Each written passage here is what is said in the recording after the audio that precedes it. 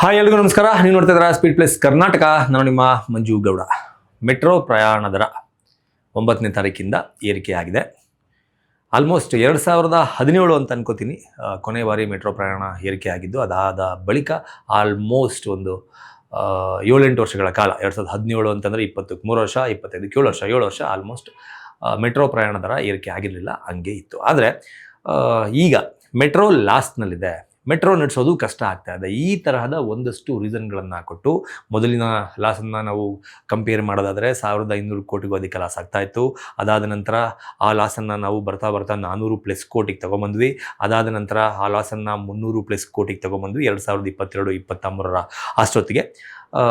So ಈಗ ಆ ಲಾಸನ್ನು ಕೂಡ ಕಡಿಮೆ ಮಾಡಬೇಕು ಅಂತ ಹೇಳಿದ್ರೆ ಮೆಟ್ರೋ ಪ್ರಯಾಣ ದರವನ್ನು ಏರಿಕೆ ಮಾಡಬೇಕಾದಂತಹ ಅನಿವಾರ್ಯ ಇದೆ ಎನ್ನುವ ಒಂದಷ್ಟು ಕಾರಣಗಳನ್ನು ನೀಡಿ BMRCL ಮೆಟ್ರೋ ಪ್ರಯಾಣ ದರವನ್ನು ಏರಿಕೆ ಮಾಡಿದೆ. ಆದರೆ ಈ ಪ್ರಯಾಣ ದರ ಏರಿಕೆಯನ್ನು ನಾವು ಗಮನದಲ್ಲಿ ಇಟ್ಕೊಂಡು ನೋಡಿದಾಗ ದೇಶದಲ್ಲಿ ಯಾವೆಲ್ಲ ರಾಜ್ಯದಲ್ಲಿ ಮೆಟ್ರೋ ರನ್ ಆಗ್ತಾ ಇದೆ, ಯಾವ ರಾಜ್ಯದಲ್ಲೂ ಕೂಡ ಇರದೇ ಇರುವಷ್ಟು ಹೈಯೆಸ್ಟ್ ಅಂದರೆ ಹೆಚ್ಚಿನ ಟಿಕೆಟ್ ದರವನ್ನು ಕರ್ನಾಟಕದಲ್ಲಿ ವಿಧಿಸಲಾಗಿದೆ ಅಥವಾ ಬೆಂಗಳೂರಿನಲ್ಲಿ ವಿಧಿಸಲಾಗಿದೆ ಅಂತ ಹೇಳಿದ್ರು ಕೂಡ ತಪ್ಪಾಗಲ್ಲ.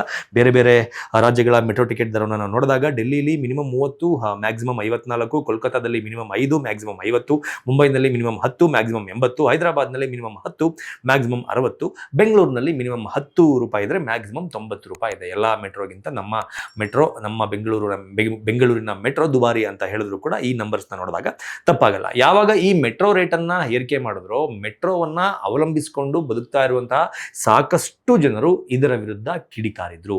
ಯಾಕಪ್ಪ ಅಂತಂದ್ರೆ BMRCL ಕೊಟ್ಟಂತಹ ಒಂದು ರೀಸನ್ನೇ ಕರೆಕ್ಟ್ ಆಗಿರಲಿಲ್ಲ.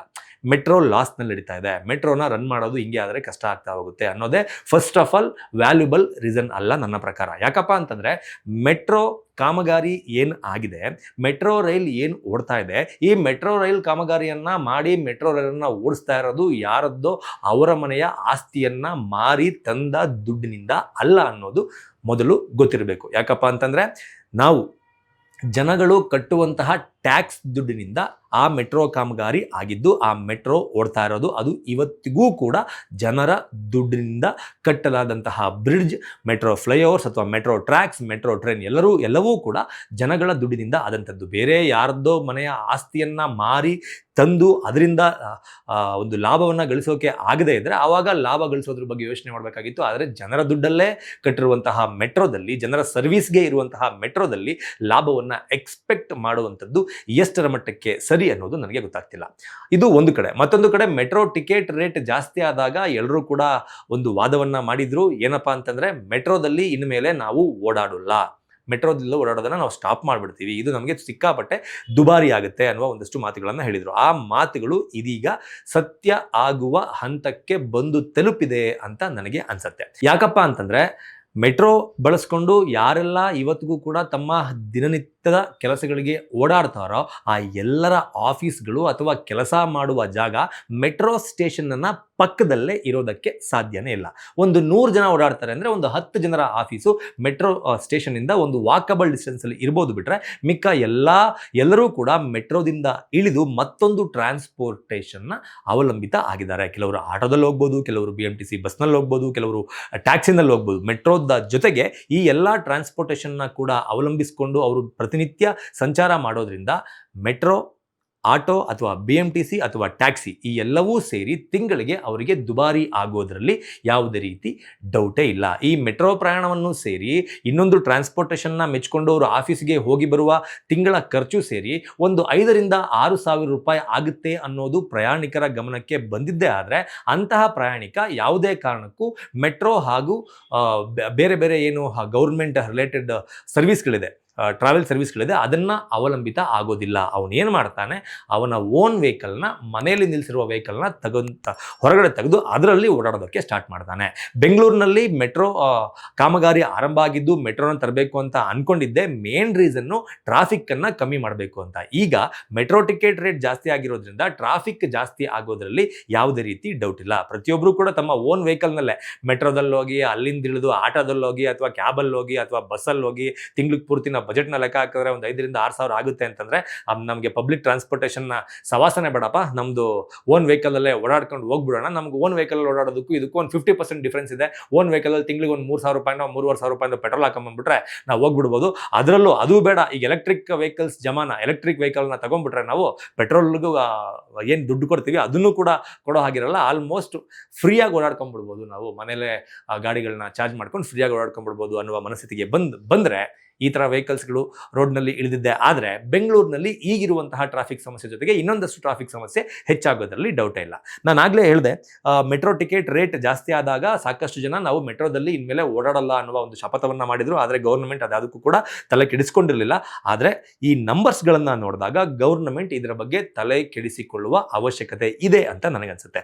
ಯಾಕಪ್ಪ ಅಂತಂದರೆ ಫೆಬ್ರವರಿ 9ನೇ ತಾರೀಕು ಮೆಟ್ರೋ ಟಿಕೆಟ್ ದರ ಹೆಚ್ಚಿಗೆ ಆಗುತ್ತೆ.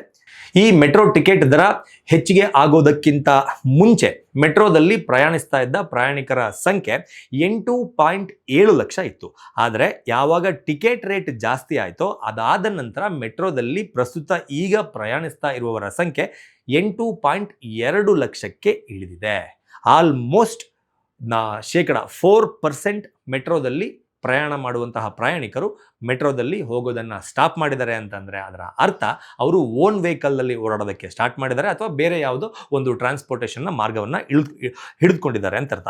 ಇನ್ನೊಂದು ಕ್ಯಾಲ್ಕುಲೇಷನನ್ನು ನಾವು ನೋಡೋದಾದರೆ ಮೆಟ್ರೋ ಟಿಕೆಟ್ ರೇಟ್ ಜಾಸ್ತಿ ಆಗೋದಕ್ಕಿಂತ ಮುಂಚೆ BMTCನಲ್ಲಿ ಓಡಾಡ್ತಾ ಇದ್ದ ಪ್ರಯಾಣಿಕರ ಸಂಖ್ಯೆ ದಿನಕ್ಕೆ 36,62,000 ಇತ್ತು. ಯಾವಾಗ ಮೆಟ್ರೋ ಟಿಕೆಟ್ ರೇಟ್ ಜಾಸ್ತಿ ಆಯಿತೋ ಅದಾದ ನಂತರ BMTCನಲ್ಲಿ ಓಡಾಡ್ತಾ ಇರುವವರ ಸಂಖ್ಯೆ 37.22 ಲಕ್ಷಕ್ಕೆ ಹತ್ತಿರ 1 ಲಕ್ಷ, 36 ಲಕ್ಷದಿಂದ 37 ಲಕ್ಷಕ್ಕೆ ಪ್ರಯಾಣಿಕರ ಸಂಖ್ಯೆ ಏರಿಕೆಯಾಗಿದೆ.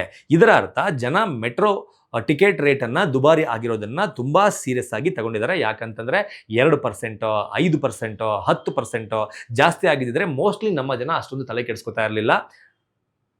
ಎದುರುಗಡೆ ಡೈರೆಕ್ಟಾಗಿ ಹೋಗಿ ದುಡ್ಡು ಕೊಟ್ಟು ಟೋಕನನ್ನು ಏನು ತಗೊಂಡು ಹೋಗ್ತೀವಿ ಅವರಿಗೆ 50% ಮೆಟ್ರೋ ಟಿಕೆಟ್ ರೇಟ್ ಜಾಸ್ತಿ ಆಗಿದೆ.